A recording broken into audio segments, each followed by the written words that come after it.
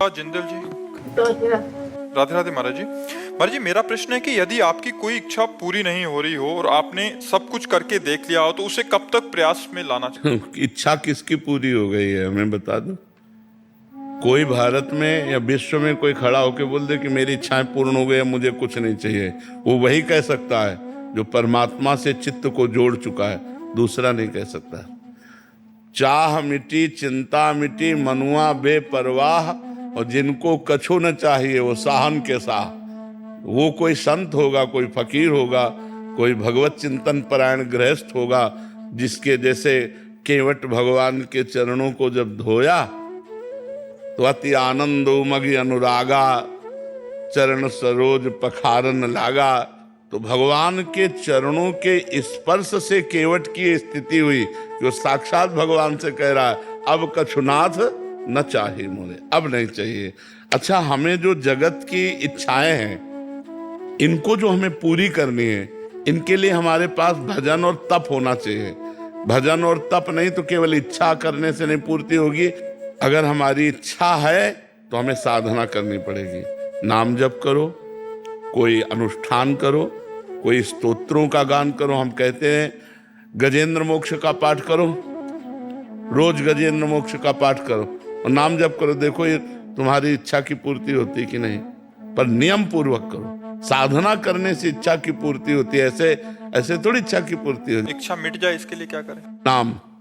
नाम मिटा देगा। बताया नहीं, जब केवट को आनंद मिला तो भगवान से भी कह रहा अब कछुनाथ न चाहे मोरे। जब अंदर आनंद मिलेगा तो बाहर की इच्छाएं शांत हो जाएगी। कहाँ इच्छाओं में कहाँ सुख है। इच्छाएं इतनी बढ़ती चली जाती हैं कि कभी तृप्ति होती ही नहीं है। हमको चाहिए इच्छाओं के दो विभाग करें पहले, एक अधर्ममय इच्छा और एक धर्ममय इच्छा। अधर्ममय इच्छा का त्याग कर दें, पापमय इच्छाओं का, और पुण्यमय धर्ममय इच्छाओं की चाह करें, और उसकी पूर्ति साधना से होगी। हम नाम जप करें, परोपकार करें, तीर्थयाटन करें, गरीबों की सेवा करें तो हमारे पुण्य बढ़ेंगे, तब हमारी इच्छाओं की पूर्ति होगी। अब करें पाप और इच्छा की पूर्ति चाहे तो नहीं हो पाएगी। और इच्छाएं कितनी है? अगर अब पूछा जाए एक इच्छा कोई बता दो जो जिंदगी में दोबारा इच्छा नहीं करोगे, तो हम लोग नहीं बोल सकते ना। कि इधर की अगर बोलते तो वो रह जाती, उधर की बोलते तो वो रह जाती। बहुत इच्छा है हमारे, मतलब बहुत इच्छा है, बहुत कामनाएं। तो हमें भजन करना चाहिए और धर्म पूर्वक अपने कर्तव्य का पालन करना चाहिए। जैसे मास्टर है, डॉक्टर हैं, व्यापारी हैं, जो भी हैं, हमें धर्म पूर्वक अपना व्यापार नौकरी करना चाहिए और उससे जो धन प्राप्त हो उससे इच्छाओं की पूर्ति करनी चाहिए। और बड़ी इच्छा नहीं करनी चाहिए। मतलब जितनी लंबी चद्दर उतने पैर फैलाओ, मतलब जितनी तुम्हारी सामर्थ्य उतने इच्छा करो। अगर अपनी सामर्थ्य से अधिक इच्छा करोगे तो फंस जाओगे, दुखी हो जाओगे, और इच्छाओं की कभी पूर्ति नहीं होती। इच्छाओं का त्याग करे भगवान के ऊपर कि हे प्रभु ये इच्छा है, अब आपके चरणों में समर्पित करते हैं। मन आवे तो पूर्ण कर देना, और अगर न मन आवे, उचित ना हो तो ना पूर्ण करना। बस ऐसे तो आनंद आ जाएगा। नहीं तो फिर इच्छाएं पाप कर्म में उतार देती है, फिर हम गलत मार्ग का अनुसरण करने लगते हैं। इसलिए इच्छाओं को कंट्रोल करें। अगर इच्छाओं को रोकेगा नहीं, इच्छाओं को कंट्रोल नहीं करेगा तो इच्छाएं हमें गिरा देंगी। इच्छाओं के कारण ही तो जेल भरी है। इच्छा का विरोध हुआ तो हिंसा कर दी, तो इच्छाओं के कारण ही तो संसार पूरा बना है। इच्छाओं के कारण ही नरक जाना पड़ता है, इच्छाओं के कारण ही जेल जाना पड़ता है। इच्छा बहुत घातक है जो धर्म विरुद्ध है। अगर धर्म से युक्त इच्छा की जाए वो भगवान की प्राप्ति कराने वाली होती है। देखो, ब्रह्मा जी ने करदम जी को आदेश किया कि हमारी इच्छा है कि तुम ब्याह करो और सृष्टि को बढ़ाओ। तो करदम जी ने कहा जो वाक्य, तुरंते जाके ब्याह नहीं कर लिया, 10,000 वर्ष तक तपस्या की। भगवान प्रकट हुए, तब भगवान से कहा पिताश्री का आदेश है कि हम ब्याह करें, तो हमारे योग्य कोई लड़की। तो महाराज मनु की पुत्री देवहूति, भगवान ने कहा परसों लेके आएंगे, हम उनको कह देते।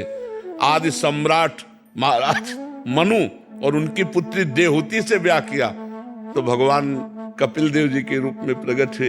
तो अगर हम धर्ममय इच्छा करें और तपस्या करें, भजन करें, साधना करें, तो हमारी इच्छा मंगलमयी हो जाएगी। पर हमारी धर्ममयी इच्छाओं की बात नहीं, हमारी पापमयी इच्छाएं भी हैं, तो पापमयी इच्छाओं का पहले त्याग करें, धर्ममयी इच्छाओं में आए और फिर धर्ममयी इच्छाओं को भगवान के ऊपर छोड़ दें, तो हम आनंदित हो सकते हैं। नहीं, इच्छाओं की कभी पूर्ति नहीं हो सकती। जलते रहो, ये इच्छा, ये इच्छा, ये इच्छा, जलते रहो। और लक्ष्मी कभी किसी की हुई नहीं, बड़ा चमत्कार है। लक्ष्मी तो सिर्फ नारायण की है, बस वो दौड़ती रहती है। इसलिए नाम जप करो, भगवान के आश्रित रहो, और अपनी इच्छाओं को भगवान को समर्पित करो। जी, एक ही इच्छा रखी थी कि ठाकुर जी को पुत्र के रूप में प्राप्त करूं। खूब नाम जप करो, जितना नाम जप करोगे उतने भगवान के नजदीक देखोगे आप अपने को। नाम जप नहीं है तो बातों से ठाकुर जी मिलने वाले नहीं। खूब नाम जप करो। रो, कबीरा हंसना छोड़ दे, रोने से कर प्रीति, बिन रोए किन पाइया प्रेम प्यारा मीत। जब तक अपने मीत प्रभु के लिए, परमात्मा के लिए आपको रोना नहीं आएगा, तड़पना नहीं आएगा, तो मिलने वाले हैं। और रोना तड़पना असली आना चाहिए। रोते तो सब लोग हैं, लेकिन भगवान के लिए कौन रोता है? भगवान के लिए दिखावे से नहीं, हृदय से जब रोना आता है तब भगवान मिल जाते हैं। और वो भजन करो खूब, तब हृदय ऐसा होगा।